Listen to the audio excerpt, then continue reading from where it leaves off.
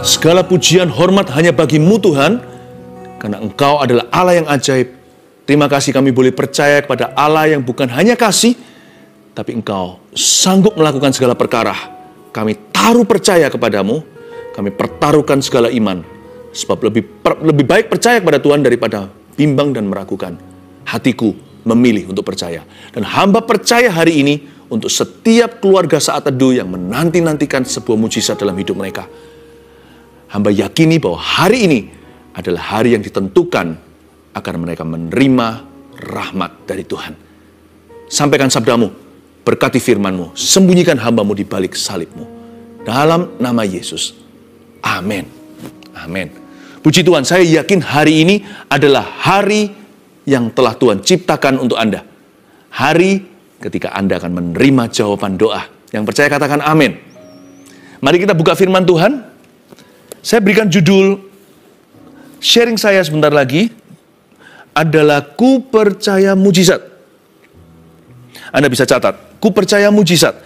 Yoel pasal yang kedua ayat 21 sampai 27. Sambil Anda buka, saya akan bacakan. Jangan takut hai tanah, bersorak-soraklah dan bersukacitalah. Sebab juga Tuhan telah melakukan perkara yang besar. Jangan takut hai binatang-binatang di padang, sebab tanah gembalaan di padang gurun menghijau. Pohon menghasilkan buahnya, pohon ara dan pohon anggur memberi kekayaannya. Hai Bani Sion, bersorak-soraklah dan bersukacitalah karena Tuhan Allahmu. Sebab telah diberikannya kepadamu hujan pada awal musim dengan adilnya, dan diturunkannya kepadamu hujan pada awal dan hujan pada akhir musim, seperti dahulu. Tempat-tempat pengirikan menjadi penuh dengan gandum, dan tempat pemerasan kelimpahan anggur dan minyak. Aku akan memulihkan kepadamu tahun-tahun yang hasilnya dimakan habis oleh belalang pindahan, belalang pelompat, belalang pelahap, dan belalang pengerit, tentaraku yang besar yang kukirim ke antara kamu. Maka kamu akan makan banyak-banyak dan menjadi kenyang. Dan kamu akan memuji-muji nama Tuhan Allahmu yang telah memperlakukan kamu dengan ajaib. Dan umatku tidak akan menjadi malu lagi untuk selama-lamanya. Kamu akan mengetahui bahwa aku ini ada di antara orang-orang Israel. Dan bahwa aku ini Tuhan adalah Allahmu dan tidak ada yang lain. Dan umatku tidak akan menjadi malu lagi untuk selama-lamanya. Ku percaya mujizat. Saya yakin Tuhan menyediakan sebuah mujizat untuk setiap Anda. Apakah terlalu berani untuk saya percaya yang begitu? Kalau kita sekarang adakan saat teduh, mending saya percaya daripada bimbang. Kalau masuk hadirat Tuhan itu, lebih baik kita percaya dulu, dikoreksi kemudian. Daripada bimbang dan ragu, dan tidak memperoleh apa-apa di dalam hadirat Allah. Bukan berarti kalau kita menghampiri Tuhan itu selalu motivasi sesuatu. Selalu minta-minta. Bukan. Tapi saya mau ajak Anda untuk percaya bahwa Allah itu ada, seperti ayat terakhir yang kita baca, kamu akan mengetahui bahwa aku ini ada. Aku ini ada di antara orang Israel, dan mujizat itu biasa bagi Allah. Memang kita, bagi manusia, mujizat itu luar biasa, extraordinary. Tapi mujizat itu adalah perkara sehari-hari bagi Tuhan. Seperti Anda dan saya bernafas, menghirup oksigen, makan, mujizat itu perkara yang tidak mustahil bagi Allah. Bolehkah kita berharap akan mujizatnya? Bukan hanya boleh. Tanpa iman kita tidak bisa menyenangkan Tuhan. Iman itu termasuk di dalamnya percaya akan mujizatnya. Tapi sebelum kita percaya akan mujizatnya, saya tunjukkan kepada Anda dan saya, siapa dia yang membuat mujizat itu. Betapa mulia dan baiknya hatinya. Ayat 21, jangan takut hai tanah, bersorak-soraklah dan bersukacitalah, sebab juga Tuhan telah melakukan perkara yang besar. Pertama-tama Tuhan berfirman bukan kepada manusia, tetapi kepada tanah. Jangan takut hai tanah. Kenapa? Karena Tuhan itu kasihan sama bangsa Israel. Bangsa Israel di zaman Yoel, mereka mengalami musibah, yaitu terjadi serangan hama yang tidak terhingga, nggak pernah terjadi dalam sejarah mereka. Belalang pengerit, belalang pelompat, belalang pindahan, belalang pemusnah. hasil panen gagal total. Saya tidak berbicara tentang bisnis agrikultur ya, saya bicara tentang bahan pokok makanan. Itu berarti kelaparan melanda bangsa ini. Krisis ekonomi, depresi sosial. Ini keluarga demi keluarga runtuh, pekerjaan hilang. Seperti domino, kelihatannya hanya belalang datang. Tapi kutuk memenuhi seluruh negeri.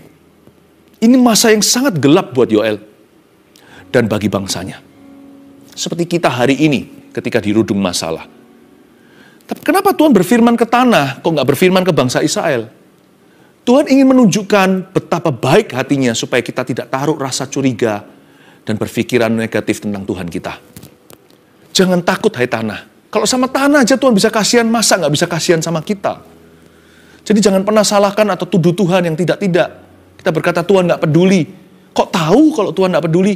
Tuhan sangat peduli sama tanah aja yang dilanda wabah, yang dimakan hama, yang gersang, yang hangus, masa paceklik yang berkepanjangan. Tuhan aja bisa kasihan sama tanah loh. Tanah itu bukan manusia. Tanah itu tidak punya roh di dalamnya. Tuhan aja bisa kasihan dan berkata, jangan takut ya, sebentar lagi aku memulihkanmu. Percaya mujizat itu nggak susah. Kalau kita nggak curiga sama Allah, percaya sama mujizat itu gampang. Kalau kita percaya maksud hati Tuhan itu selalu baik dan mulia. Yang membuat kita susah percaya akan mujizatnya adalah karena kita nggak yakin Tuhan itu peduli. Tuhan mau nggak sih? Kalau kita memandang kebaikannya, mujizat masuk akal. Mujizat bukan sesuatu yang patut diperdebatkan. Mujizat itu adalah penyediaan Allah. Mujizat itu adalah cara Tuhan memperhatikan umatnya. Ya. Memang hati kita bukan demi mencari berkatnya, saya mengerti itu. Tapi kalau nggak cari dari Tuhan, kalau nggak minta sama bapak sendiri, masa minta sama tetangga? Saya kan tersinggung loh kalau anak saya pinjam uang dari rumah sebelah. Kalau anak saya minta makan dari tetangga di sebelah kanan kiri saya ayahnya, saya bertanggung jawab atas mereka. Mujizat adalah bentuk pertanggungjawaban Allah. Allah mau, Allah bersedia lebih dari mau. Allah rindu. Jangan takut hai tanah, kamu akan segera mengalami mujizatku. Sekarang kamu gersang total, sekarang kamu hangus, sekarang kamu tidak bernyawa, tapi sebentar lagi aku akan memulihkanmu. Tapi bahasanya Allah, bahasa masa lalu, kok bisa? Baca sekali lagi, jangan takut hai tanah. Bersorak-soraklah dan bersukacitalah. Oke? Suruh sorak-sorak dan bersukacita itu gampang. Kalau sudah kejadian, kalau kita terima bonus, ya, kalau kita dapat pekerjaan, kalau disembuhkan dari kanker stadium terakhir, kalau dikaruniai keturunan setelah menunggu 10 tahun, bersorak dan bersukacita, mudah. Tapi kalau belum terjadi semua itu, bisa nggak Anda bersorak-sorai? Bisa nggak kita bersukacita? Nah sekarang siapa harus cocokkan diri dengan siapa? Apakah Allah yang harus mencocokkan dirinya dengan kita? Tuhan kita tarik masuk dalam realita kita. Mana Tuhan, mana Tuhan, mana Tuhan? Atau kita yang harus naik tangga Yakub nih, kita masuk ke realita Allah. Kita bisa dengan iman percaya dulu sebelum mujizat itu terjadi. Belajar untuk mengucapkan dan menguasai bahasa iman. Bahasa iman begini, saya baca sekali lagi, jangan takut hai tanah, bersorak-sorailah dan bersukacitalah sebab juga Tuhan telah, bukan Tuhan akan, bukan future tense atau bukan masa depan, tapi sudah lalu. Padahal belum terjadi di realita mereka hari ini. Waktu itu di zaman Yoel, ini tidak ada mujizat belum terjadi ceritanya. Tanah masih segersang-gersangnya, dan seluruh bangsa Israel masih kelaparan, segala macam musibah malapetaka. Tapi Nabi Yoel menubuatkan, kalian harus bersukacita, bersorak-sorai, sebab Tuhan telah melakukan perkara yang besar. Padahal faktanya, Tuhan belum melakukan perkara yang besar. Mana dulu? Telur atau ayam? Ayam bertelur, Tuhan tidak pernah ciptakan telur dulu, Tuhan ciptakan ayam, hewan-hewan dulu, lalu hewan berkembang biak. Tuhan ciptakan iman sebelum mujizat. kita harus percaya dulu kepada Tuhan sebelum melihat sesuatu. Sebab iman itu bukan melihat, iman itu mendengar. Hari detik di mana Anda mendengar janji Tuhan diucapkan ke telinga Anda, dibaca dari firman-Nya, diurapi oleh Roh Kudus, percayalah dan katakanlah, Tuhan telah, bukan Tuhan akan. Bertindaklah dan percayalah seolah-olah Anda sudah menerimanya. Bergembiralah seolah-olah sudah terjadi atau sudah kejadian. Itu iman. Believe dulu. Ingat Abraham, dia percaya bahwa dia akan menjadi bapak atas bangsa-bangsa. Anak satu pun belum ada. Mereka sudah manullah. Udah tua, udah kadaluarsa, udah mandul lagi. Nggak dikaruniai. Tapi dia percaya dan Tuhan memperhitungkan itu sebagai kebenaran bagi dia. Waktu Abraham membawa Ishak naik ke atas untuk mempersembahkannya, Ishak tanya, di mana domba sembelian itu? Abraham percaya dulu, nanti Tuhan sudah sediakan domba itu, hai anakku. Padahal Abraham dapat amanah, mandatnya adalah mengorbankan Ishak, tapi dia percaya dulu bahwa Tuhan tidak akan izinkan, pokoknya dia patuh. Dia yakin nanti Tuhan akan selamatkan tepat waktu. Persis nanti last minute-an, sesuatu akan terjadi, akan ada sebuah kejadian.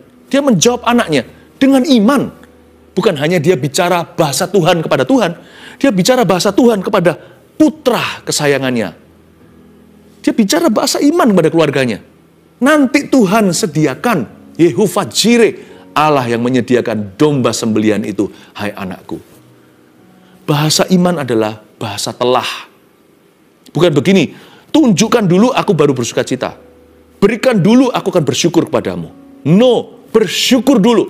Seolah-olah Anda sudah menerimanya. Percaya dulu, seolah-olah sudah kejadian. Maka itu akan diberikan kepadamu. Begitulah caranya kita percaya mujizat Allah. Jangan takut hai binatang-binatang di padang, ayat 22. Sebab tanah gembalaan di padang gurun menghijau. Pohon menghasilkan buahnya, pohon ara dan pohon anggur memberi kekayaannya. Setelah Tuhan bicara kepada tanah, ayat 22, Tuhan bicara sama hewan. Kalau sama flora dan fauna aja Tuhan begitu caring dan peduli, apalagi sama kita. Dua ayat ini menurut saya adalah trailernya. Kalau kita mau lihat movie atau lihat satu bioskop gitu, filmnya belum datang, tapi sudah ada previewnya. Nah ini dia, ayat 21 dan 22 itu mencerminkan kasih Tuhan. Kalau sama tanah dan binatang, sama tumbuh-tumbuhan dan hewan aja Tuhan itu penuh sayang. Apalagi sama ciptaannya yang termulia. Apalagi sama manusia. Sebab manusia itu punya roh Allah. Dihembusi oleh roh Tuhan. Lihat ya Tuhan ngomong apa sama binatang. Ini Allahnya Nuh ini. Yang menyelamatkan hewan-hewan itu sepasang demi sepasang. Lihat apa yang dia katakan kepada bangsa Israel yang sedang dalam sengsara, terpuruk dalam masalah. Jangan takut ya, hai binatang-binatang di padang. Sebab tanah gembalaan di padang gurun menghijau. Pohon menghasilkan buahnya, pohon ara dan pohon anggur akan memberi kekayaannya. Hai pohon, aku akan memulihkan kamu. Hai domba-domba dan lembu, nanti akan ada rumput lagi. Jangan takut ya, hai binatang di padang. Makanya tidak heran di kitab Amsal dikatakan orang benar itu akan memperhatikan hewan piaraannya. Tuhannya aja kayak gitu. Yang salah manusia Tuhan juga selamatkan tuh. Setiap binatang satu persatu masuk ke batra. Kalau Tuhan bisa sayang sama hewan piaraan, dielus-elus begitu. Kenapa kita itu ketakutan sama Tuhan? Kenapa kita selalu curiga Tuhan mau buat jahat apa ya sama aku? Tuhan izinkan penyakit ini atas diriku. Tuhan yang bahkan beberapa orang percaya Tuhan yang memberi dia penyakit itu. Kalau Tuhan kasih aku penyakit ini, jangan fitnah Tuhan begitu. Kalau sama flora dan fauna aja Tuhan begitu sayang. Apalagi sama manusia. Udahlah, gak usah tanya, gak usah diinvestigasi sumbernya dari mana permasalahanmu. Buat apa lihat ke belakang? Buat apa menunduk ke bawah? Mau lihat ke bawah gitu akarnya apa? Percuma. Lebih baik memandang ke depan. Depan ini aku harus responi Tuhan. Lalu melihat ke atas. Tuhan, kepadamu aku naik banding. Ku percaya mujizatmu. Selamatkan aku. Bukankah nama Yesus itu artinya Allah menyelamatkan? Save me. Itu artinya Jesus. He's our Savior. Dia selalu comes to the rescue. Dia selalu menolongmu dan menolongku. Dialah penolong sejati kita. Daripada saya otak-atik yang di bawah sana, ini sumbernya apa ya? Jangan-jangan nanti akan ketemu tipu muslihat setan. So, setan paling suka ngajak ngobrol orang yang suka bimbang dan ragu. Mending percaya aja sama Tuhan. Saya pilih untuk percaya kepadanya. Saya pandang ke atas dan saya berkata, save me Lord. Kalau saya menunduk ke bawah, satu-satunya alasan saya lihat ke bawah sini adalah untuk baca Alkitab saya. Saya cari janji Tuhan dan saya percaya. I believe in miracles. For I believe in God, seperti ayat 27 yang kita baca tadi. Kamu akan mengetahui bahwa aku ini ada di antara orang Israel. Aku percaya kepada Tuhan. Aku percaya mujizat, maksud saya. Karena aku percaya Allah itu nyata. Dan mujizat is not a big deal to God. Mujizat bukan suatu perkara yang luar biasa. Ya kan? Sama dengan mengetik itu biasa buat seorang sekretaris. Ya. Bagi Tuhan itu pekerjaan harian. Bapakku bekerja, kata Yesus, selama hari siang. Nanti akan datang malam, di mana tidak ada lagi kesempatan. Bagi Yesus, itu sudah menjadi sehari-hari cara Allah memperhatikan umatnya. Tuhan berkata seperti itu, jangan takut hai binatang di padang. Aku akan memulihkanmu. Akan ada rumput, akan ada pohon-pohon akan menghasilkan lagi. Lalu ayat 23 itu begitu romantis.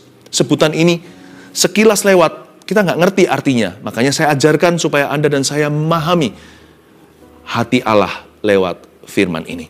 Hai Bani Sion, bersorak-soraklah dan bersukacitalah karena Tuhan Allahmu. Hai Bani Sion.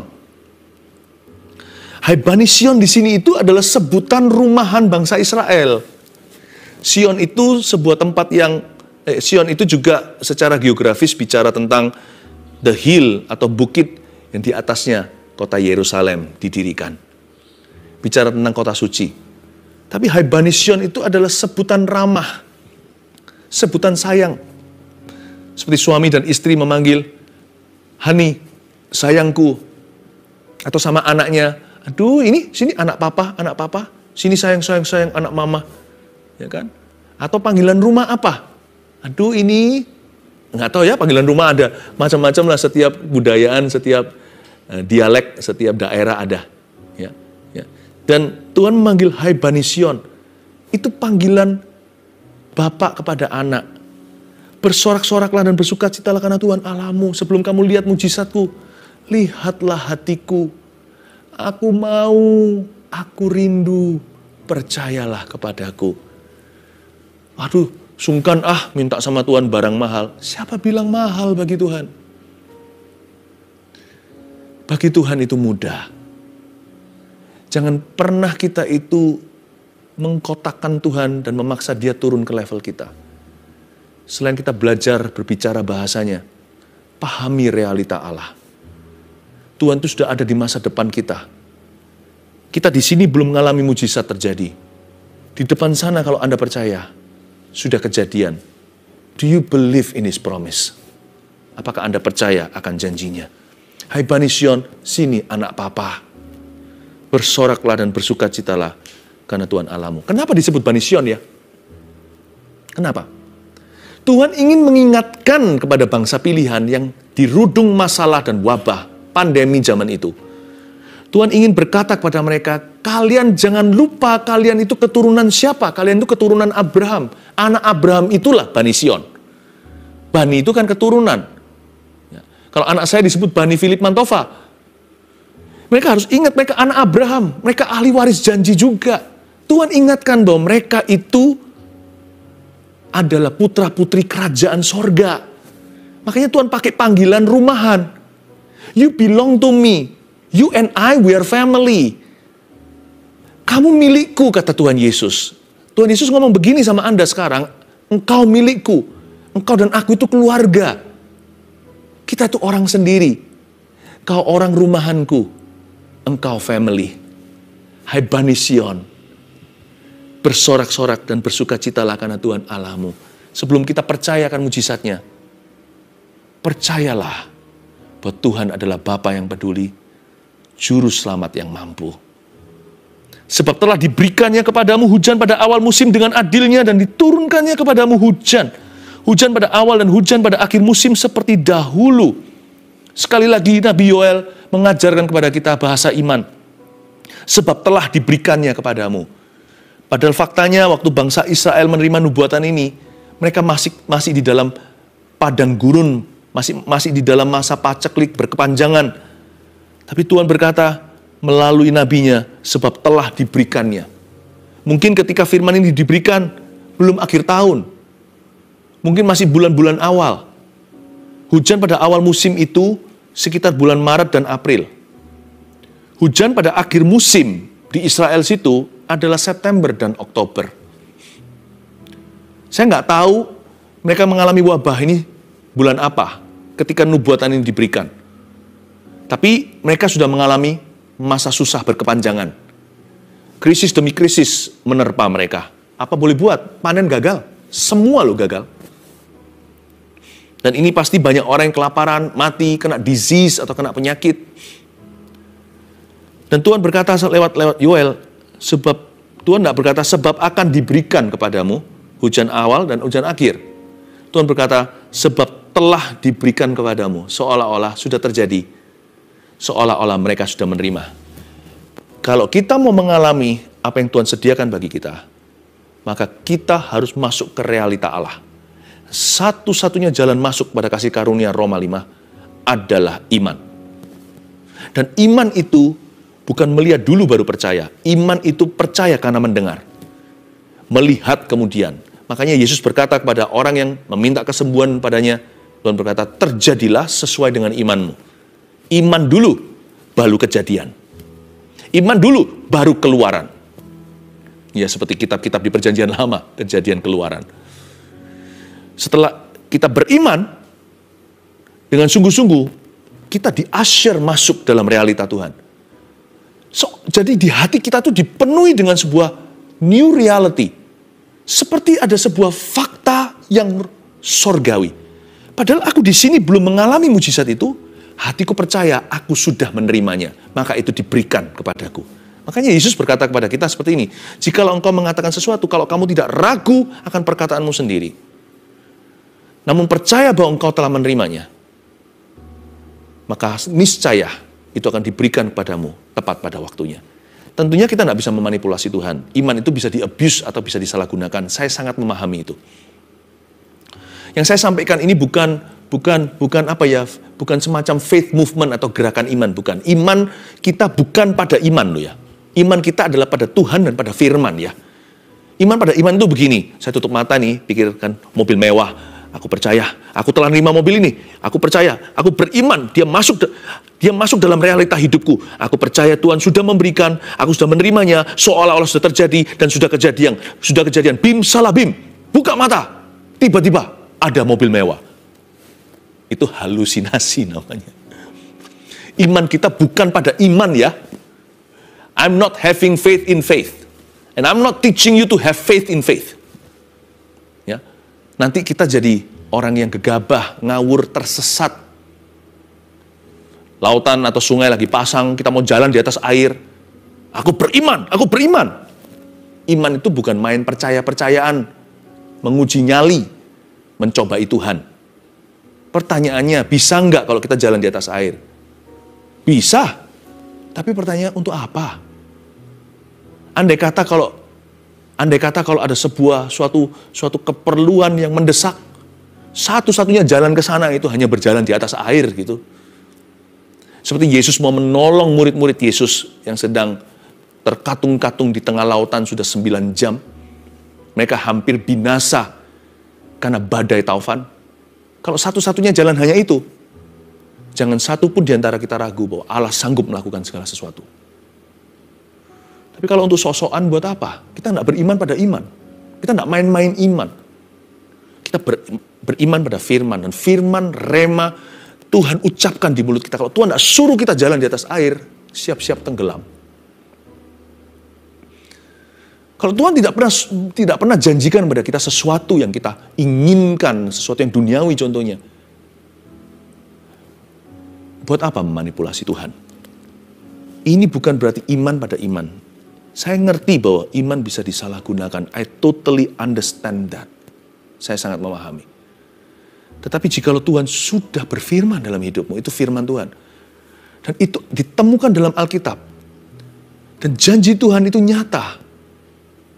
Dan hati Anda dalam kondisi, dalam posisi yang benar di hadapan Allah untuk menerima sebuah perjanjian. Dan Allah sudah pernah meremakan di dalam hidupmu. Percayalah, jangan ragu bahwa itu akan terjadi, itu pasti terjadi, dan percayai dulu bahwa itu sudah terjadi. Maka akan diberikan kepadamu. Bahasa telah bunyinya begini. Sebab telah diberikannya kepadamu hujan pada awal musim dan hujan pada akhir musim.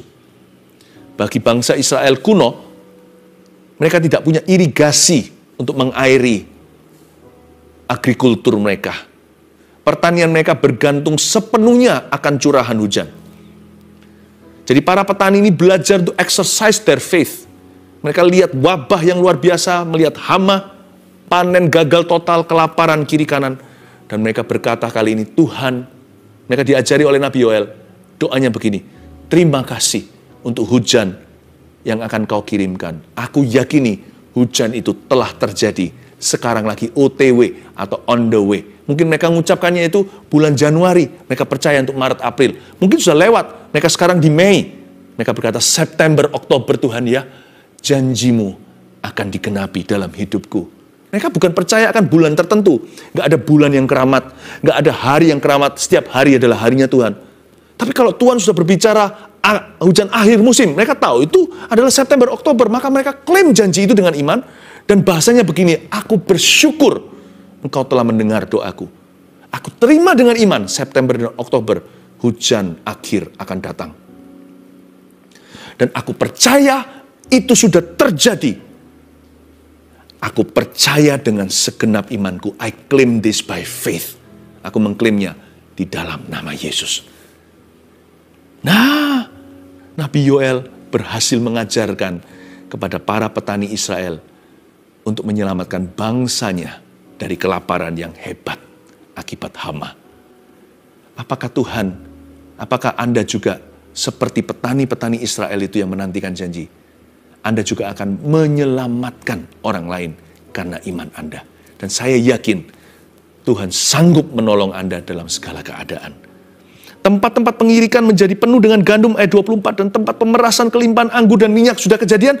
Belum. Ayat 24 ini bahasa iman. Waktu nubuatan ini disampaikan, mereka masih kekurangan. Tapi Yoel bisa berkata tempat pengirikan menjadi penuh dengan gandum. Itu visinya. Tempat pemerasan kelimpahan anggur dan minyak sudah kelihatan di dalam imannya. Aku akan memulihkan kepadamu tahun-tahun yang hasilnya dimakan habis oleh belalang pindahan, belalang pelompat, belalang pelahap, dan belalang pengerip. Tentaraku yang besar yang kukirim ke antara kamu. Iman itu mengalahkan putus asa. Dia berkata, tahun-tahun di belakang yang habis dimakan hama. Semua usaha kita yang sirna, aku percaya Tuhan akan memulihkan semua. Ini bukan bicara soal ekonomi. Ini bicara tentang waktu. Mereka sudah patah semangat. Pernah nggak Anda ngumpulkan sesuatu bertahun-tahun lalu hilang begitu saja? Lalu merugi dan bangkrut total. Rasanya males ya untuk bangkit lagi. 10 tahun loh. 10 tahun bukan waktu yang singkat, waktu yang lama itu. Tapi kalau Anda beriman pada Tuhan, Anda akan bangkit kembali. Anda akan membangun di atas reruntuhan itu. Dan dengan yakin percaya bahwa Tuhan sanggup memulihkan tahun-tahun yang hilang. Kalau dulu Anda kumpulkan 10 tahun, dengan Tuhan kali ini, Tuhan bisa beri percepatan. Asal Anda beriman, percaya mujizat itu juga pemulihan waktu. Memang waktu yang sudah lewat nggak bisa kembali sih. Kita nggak bisa kembali lagi ke tahun 1900. Kita sekarang sudah di 2000 sekian puluh. Tetapi kalau kita bisa beriman pada Tuhan mulai hari ini dan seterusnya, waktu di depan itu akan terjadi percepatan, akan terjadi akselerasi dari Tuhan, akan terjadi pemulihan. Apa yang Anda kumpulkan 10 tahun, masa Tuhan nggak bisa bersama dengan Anda bangun kembali dalam 10 bulan? 10 bulan, 10 hari bahkan, 10 menit kalau perlu, 10 detik juga. Bagi Tuhan, tiada yang mustahil. Aku akan memulihkan kepadamu tahun-tahun yang hasilnya dimakan habis oleh belalang pindahan. Tapi aku sudah tua, Pastor Philip. Mana bisa dipakai sama Tuhan? Anak-anak muda itu loh, bertobatnya muda-mudi, masih banyak waktunya. Ya betul. Tapi pernah Anda pikir nggak? Anda bangun lebih pagi daripada muda-mudi. Mereka mungkin bisa masih punya puluhan tahun ke depan.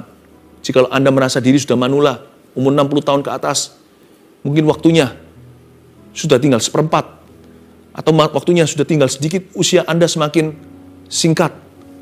Tapi jangan lupa ya, asal Anda percaya kepada Tuhan, percaya pemakaiannya, nanti lihat ya, hidup Anda yang katanya sisa sedikit itu bisa melampaui muda-mudi yang masih punya banyak waktu. Karena Allah bisa mengenyangkan, memenuhkan urapannya di waktu sesingkat-singkatnya. Belum lagi sama-sama 24 jamnya anak muda dan orang tua. Sama juga dengan baby atau bayi yang sebagian besar waktunya dipakai untuk bobo. Anak muda juga tidurnya masih banyak. Orang-orang tua tidur 5 jam udah seger. 6 jam sudah maksimal. Sama 24 jamnya. Setiap hari Anda yang manula hidup lebih lama daripada orang-orang muda. Gunakan waktumu. Ayo lari. Musa dipakai Tuhan umur berapa? Abraham umur berapa terima janji? Angkat tanganmu dan berkata, pakailah aku Tuhan. Aku tidak mau kalah sama muda-mudi. Waktuku lebih singkat, tapi hariku lebih panjang. Use me. Saya mau bicara kepada keluarga Saat Teduh yang manula. Tidak ada kata terlambat. Sama-sama kita mencapai garis finish ya, dengan gilang gemilang. Itu dia. Maka kamu akan makan banyak-banyak, ayat 26, dikenyangkan sama Tuhan dan menjadi kenyang. Dan kamu akan memuji-muji nama Tuhan Allahmu yang telah memperlakukan kamu dengan ajaib. Dan umatku tidak akan menjadi malu lagi untuk selama-lamanya. Lihat itu. Janji Tuhan adalah kamu akan makan banyak-banyak, menjadi kenyang. Kamu akan memuji-muji nama Tuhan Allahmu. Tuhan penuhkan di waktu sesingkat-singkatnya. Itulah mujizat. Mujizat itu nggak pakai prosesnya manusia. Kalau yang proses itu namanya iman. Memang harus diproses. Tapi ketika mujizat terjadi, mujizat itu adalah bypassnya Tuhan. Makanya ada orang yang sembuh seketika, instant healing namanya. Ada orang yang tiba-tiba diubah kondisinya. Ini bukan magic show, tapi mujizat Tuhan memang tidak bisa ditemukan metode dan teorinya. Dan biasanya juga tidak melewati waktu manusia. Tapi dia terjadinya seketika. Orang biasanya harus terapi, tiba-tiba orang itu berjalan. Harusnya di kemoterapi, baru 3 kali di kemoterapi, kankernya, selnya tidak ditemukan sama sekali, atau bahkan belum diobati. Tuhan itu ajaib. 3 poin sederhana untuk review apa yang kita pelajari hari ini. Yang pertama, percayalah seolah sudah terjadi. Itulah ku percaya mujizat. Percaya dulu, kuasai bahasa telah. Bertindaklah, dan merasalah, serta bergembiralah seolah-olah sudah kejadian. Yang kedua, berharaplah mujizatmu terjadi hari ini. Selalu berharap itu today, bukan tomorrow. Tapi kalau belum terjadi sampai malam hari, jangan tidur dalam kecewa hati. Besok pagi, rahmat Tuhan baru, GR lagi dan berkata, today is my day for miracles. Hari ini adalah hari di mana Tuhan akan promosikan aku. Hari ini adalah hari pertolongan Allah. Hari ini aku akan mengalami mujizatnya. Selalu berharaplah hari ini terjadinya. Yang ketiga, ini yang penting. Daripada kita menunggu pasif, tunggu mujizat dulu baru berubah hidupnya. Jangan. Hiduplah bagi dia setiap hari. Tua, muda, besar, kecil. Ini lebih penting kan? Iman itu bukan hanya mujizat. Orang yang percayakan mujizat, setiap hari hidup dalam pengharapan. Dia tidak akan sia-siakan waktunya. Hiduplah bagi dia setiap hari, bahkan setiap saat. Sebab mujizat terbesar bisa-bisa bukan fisik atau healing atau kesembuhan, bahkan kebangkitan orang mati. Mujizat terbesar dalam kehidupan kita sehari-hari adalah ini. Perubahan tujuan hidup kita dari sia-sia menjadi orang yang mau hidup setiap saat untuk Tuhannya. I pray for change lives. Saya hari ini mau klaim mujizat terbesar, yaitu perubahan hidup seseorang. Percayalah dengan segenap hati, Anda yang yakin saat ini juga, bawa setiap kebutuhan Anda. Sebentar lagi live chat sudah dibuka dari tadi sih. Masukkan aja terus. Hari ini Anda percaya untuk apa? Tulis seperti ini, saya percaya mujizat ini dalam nama Yesus. Tuliskan, saya percaya mujizat apa? Dalam nama Yesus. Jangan lupa dibubuhkan nama Tuhan di sana. Bukan sebagai sebuah mantra, bukan. Tapi I want you to take active step, mengambil langkah yang aktif, menuliskan imanmu. Asal itu tertulis dalam firman, asal itu sesuai dengan kehendak Allah. Mari sama-sama kita sepakati dan kita klaim janji Tuhan dalam kehidupan kita hari ini. Saya percaya mujizat Tuhan akan terjadi dalam kehidupan Anda. Saya sudah melihat banyak orang yang telah dibebaskan oleh Tuhan.